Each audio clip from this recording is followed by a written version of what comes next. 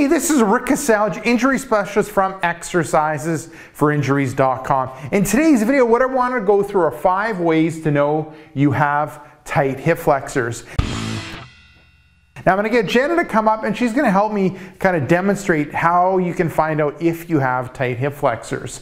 And the first way is just tightness in the quads, hip, and back area. So what you're going to do is you're just going to lie down and you're going to kind of do an inventory of how you feel, in your quads, in your hip area and back area. So if you're feeling tightness in that area, there's a good chance that you have tight hip flexors. Now, a second way that you can check to see if you have tight hip flexors is to pull on your hip, low back, or look at the space between your back and the floor. So you're looking at how the space is when it comes to your low back.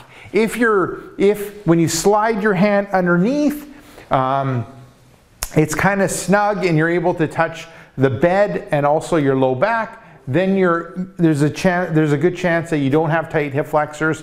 But if you're going through and you have a big arch and you're easily able to put your hands through, that's also another sign that you have tight hip flexors.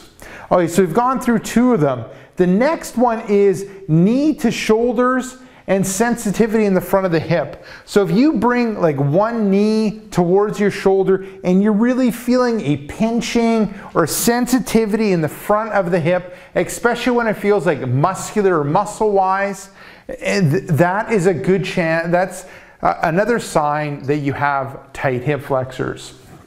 So now moving on to the 4th one. The 4th one is like feeling like an old man when you get out of the chair. So if you're sitting for a period of time and then you get out of that chair and you really feel like an old man and really stiff in the hips and you have to like really stretch out those hips, that's also another sign that you have tight hip flexors. And now moving on to the 5th one, if you have like minimal internal external rotation in the hip, and Jenna will show you what that is. Good. So you're standing upright, then you're going to bring the knee up and you're really looking at the heel in and the heel out and seeing that if you have like minimal to no internal external rotation, that's also another good sign that you have tight hip flexors. Awesome. Thanks, Jenna. So there you go. Go through those 5 little tests, and if you have like more than 2 of them, then it's a good chance that you have tight hip flexors.